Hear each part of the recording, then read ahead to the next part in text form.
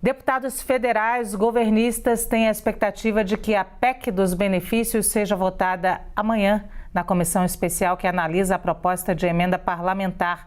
Esta PEC prevê o reconhecimento do estado de emergência em 2022 e um pacote de 41 bilhões e 25 milhões de reais em auxílios fora do teto de gastos a menos de 3 meses das eleições. Caso a comissão aprove, o texto vai para o plenário da Câmara. O texto cria um auxílio de R$ 1.000 a caminhoneiros e o auxílio ainda sem valor definido a taxistas, além de ampliar o Auxílio Brasil para ao menos R$ 600 e o Vale Gás para cerca de R$ 120 a cada 2 meses, entre outros pontos. Vale lembrar que essas medidas seriam válidas até 31 de dezembro deste ano. Embora a oposição tenha votado a favor da PEC no Senado, os parlamentares na Câmara contra o governo do presidente Jair Bolsonaro afirmam que a medida é eleitoreira em prol da reeleição do presidente. Este é o tema do debate que começa agora aqui no Visão CNN. Para isso, convidamos os deputados federais Kim Kataguiri, do União Brasil, por São Paulo, e o deputado Coronel Tadeu, do PL, por São Paulo. Os dois já estiveram aqui, sejam muito bem-vindos, já conhecem as nossas regras, mas eu vou repetir. Temos por premissa aqui na CNN o equilíbrio na fala dos nossos convidados. Portanto, cada um vai ter cerca de 12 minutos para a resposta e para que eu não seja rude ou indelicada, eu nunca quero ser. Interrompo os senhores. Temos aqui uma sinalização. Quando o tempo estiver acabando, a minha imagem vai aparecer na tela. Dito tudo isso, eu vou à primeira pergunta. Nosso texto constitucional fala em estado de defesa, em estado de sítio, em estado de calamidade pública. O estado de emergência na PEC dos benefícios é constitucional ou uma estratégia eleitoral? Eu começo com o senhor deputado Coronel Tadeu. Boa tarde, bem-vindo mais uma vez. Boa tarde, Luciana. Boa tarde, Kim. É um prazer estar debatendo com vocês. Não é uma medida eleitoreira, não. O Brasil passa por uma fase muito difícil de alta de preços, de elevação da inflação. O mundo inteiro está passando por isso, e o governo tem que fazer a sua parte, apoiado, alicerçado pelo parlamento, que vai dar as ferramentas necessárias para o governo gastar esses 41 bilhões de reais, entregando isso ao povo brasileiro, que é quem está sofrendo nesse momento. E eu sempre costumo dizer, Luciana, por que eleitoreira se um presidente ele é eleito para governar por 4 anos, 48 meses? E como eu disse, é uma situação atípica. Nós estamos vivendo uma recessão que é a pior recessão desde a Segunda Guerra Mundial. É algo inédito que está acontecendo no Brasil e no mundo. E a gente precisa se utilizar de ferramentas necessárias do orçamento e principalmente constitucionais. O governo está fazendo a coisa certa, a coisa necessária e juridicamente correta. É pedindo o aval do parlamento, do Congresso, para mexer no orçamento federal e disponibilizar esses recursos que você mesmo já adiantou. São recursos que vão ser divididos em 5 frentes. Uma delas atingindo o combustível, outra atingindo o Auxílio Brasil, subindo de 400 para 600 reais, outra atingindo o transporte público de idosos, outra criando subsídios para o etanol, que é um combustível bastante permeável na economia. Muitos se utilizam do etanol para poder fazer as suas atividades.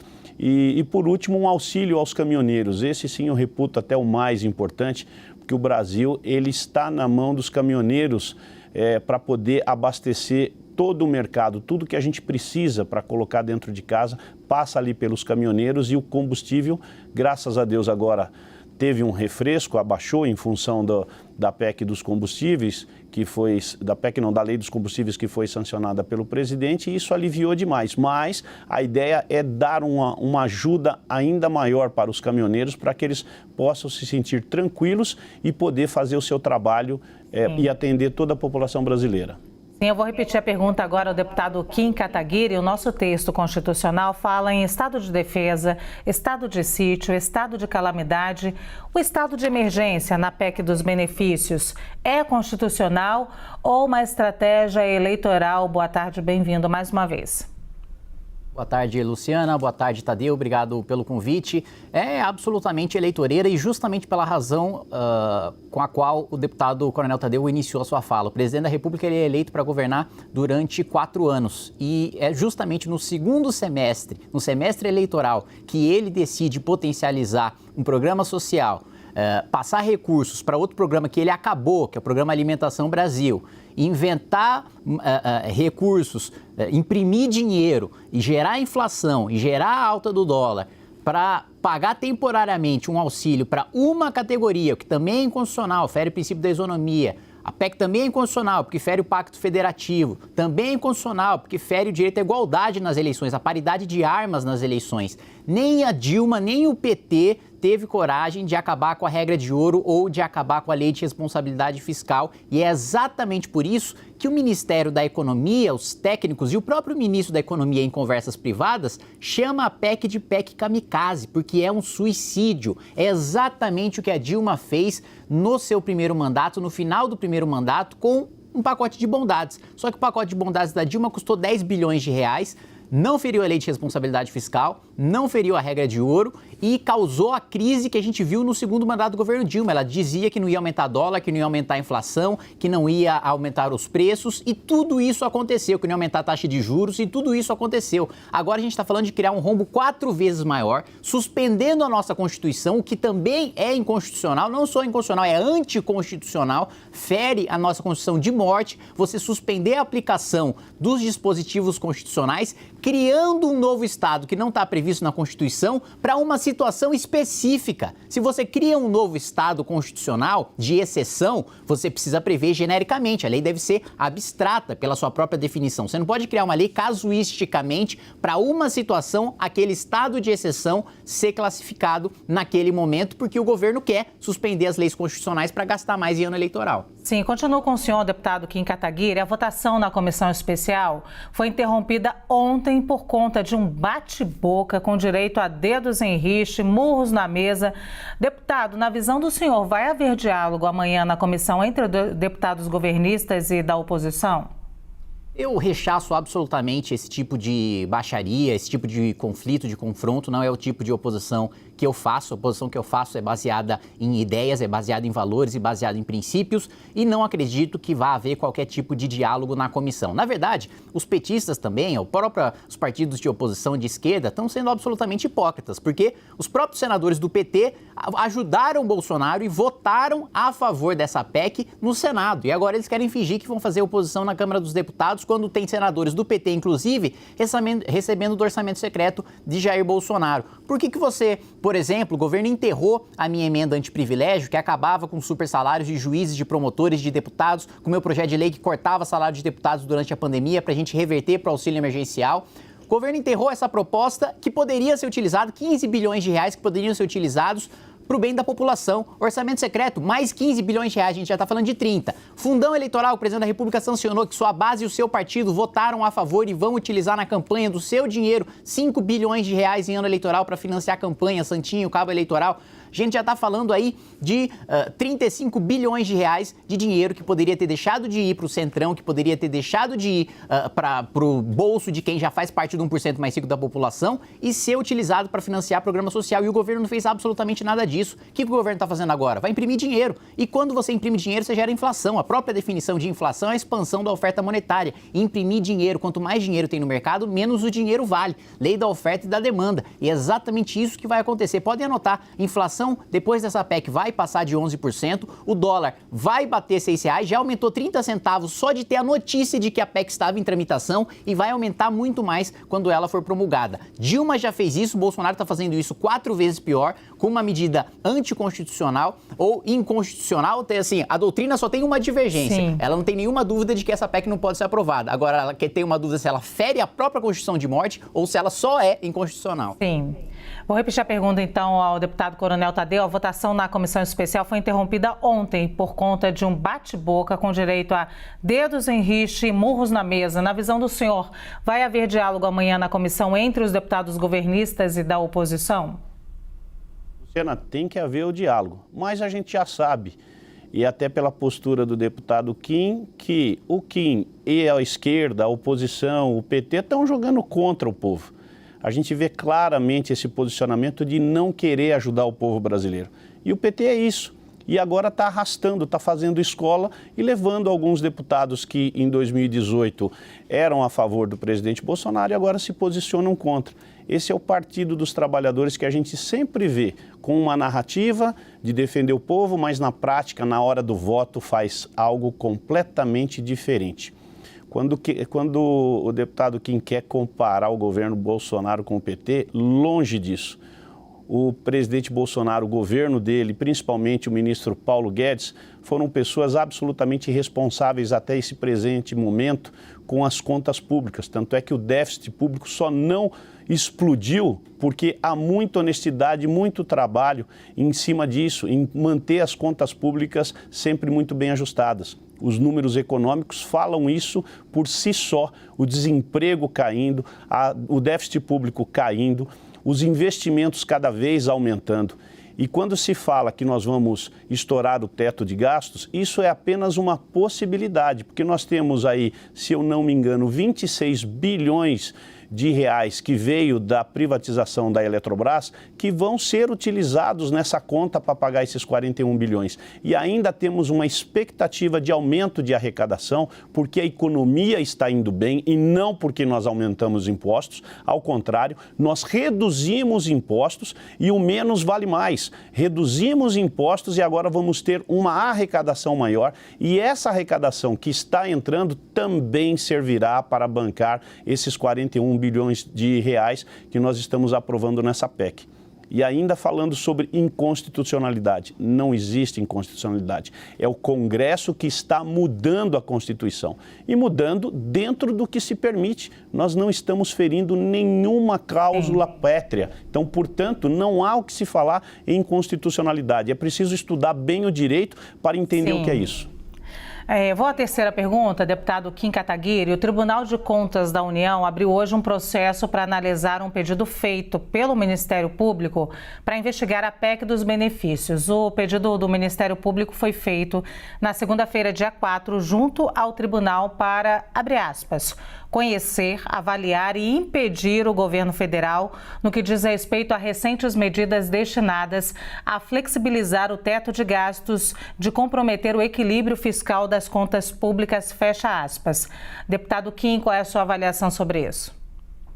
O posicionamento do Ministério Público do Tribunal de Contas da União é o posicionamento da corrente majoritária da comunidade jurídica. A maior parte dos doutores, dos pós-doutores em direito constitucional entendem que esta PEC é anticonstitucional ou inconstitucional, é o que diz a doutrina majoritária, e esse é o entendimento que está sendo aplicado, muito bem aplicado pelo Ministério Público junto ao Tribunal de Contas da União. Dizer que não vai necessariamente desrespeitar o teto de gastos porque vai utilizar o dinheiro da privatização da Eletrobras é não entender o que é o teto de gastos. O teto de gastos é um teto de gastos, independentemente de qual é a receita do governo. Se a receita aumenta, se a receita diminui, o governo não pode gastar mais do que aquilo que foi gasto em 2019 corrigido pela inflação. E olha que a correção pela inflação tem sido bastante generosa, porque a inflação está bastante alta, mais do que no resto do mundo. Das 30 moedas mais negociadas no mundo inteiro, o real é a moeda que mais se desvalorizou pela irresponsabilidade fiscal desse governo, e a irresponsabilidade fiscal desse governo está aí. A gente tem 2 trilhões de reais para pagar os serviços públicos, para pagar o custo do Estado brasileiro, e 3 trilhões de reais que nós estamos devendo de juros e amortizações da dívida. Vamos lembrar que o ministro Paulo Guedes, em uma das suas promessas, logo no início do mandato, dizia que com as privatizações ia zerar o déficit no primeiro ano de mandato, com as privatizações da Petrobras, com as privatizações dos Correios, com as privatizações da Eletrobras. No final, a única privatização que ele fez foi uma privatização que deu prejuízo. Os 15 bilhões arrecadados nem se comparam com os 200 bilhões que a gente vai pagar ao longo de 10 anos por causa das termoelétricas que estiveram na obrigação de serem construídas com dinheiro público nos estados do Centrão, aprovados pela base do governo Bolsonaro, que se negou a votar o texto original da medida provisória da privatização, que só privatizava a Eletrobras sem criar nenhuma obrigação de dívida por parte do Estado, e aprovou o texto emendado pelo Centrão, base do governo Bolsonaro, para que a gente tivesse que pagar essa dívida. Então, com muita clareza, a gente vê uma medida absolutamente eleitoreira. Dilma já fez isso, exatamente da mesma maneira como um pacote de bondade, só que gastando 4 vezes menos e sem violar nenhuma lei fiscal. Quem vive discursando contra teto de gastos, contra lei de responsabilidade fiscal, contra o tripé macroeconômico, é o PT. Quem votou contra essas três coisas foi o PT e agora o PT não só vota junto com o governo Bolsonaro no Senado, como também o governo Bolsonaro adota as práticas que o PT sempre defendeu.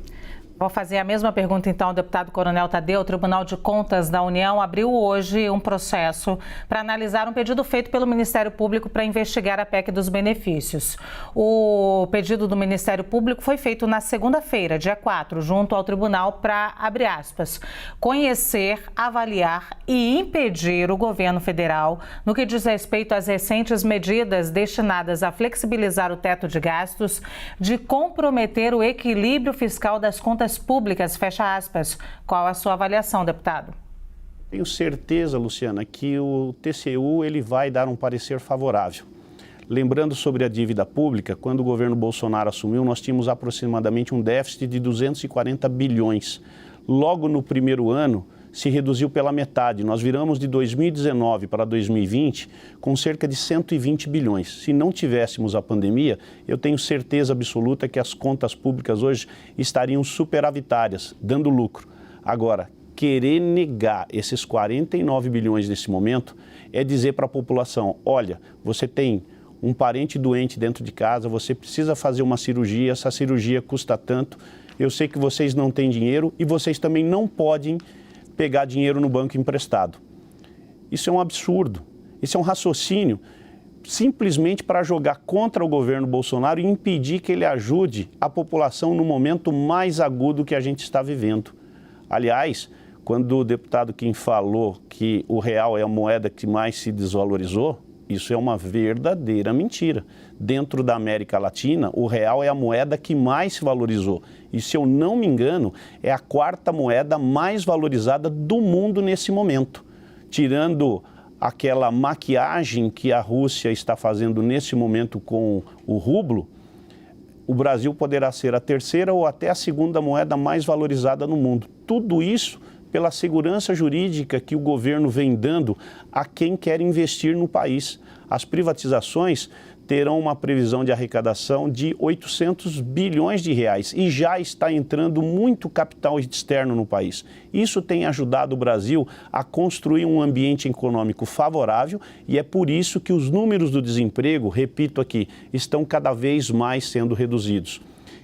No governo Dilma, ela fez exatamente o contrário. Ela colocou uma gastança desenfreada em todas as áreas do governo, elevou o gasto público ao máximo que ela podia, a inflação começou a aparecer e nós estamos fazendo justamente o contrário.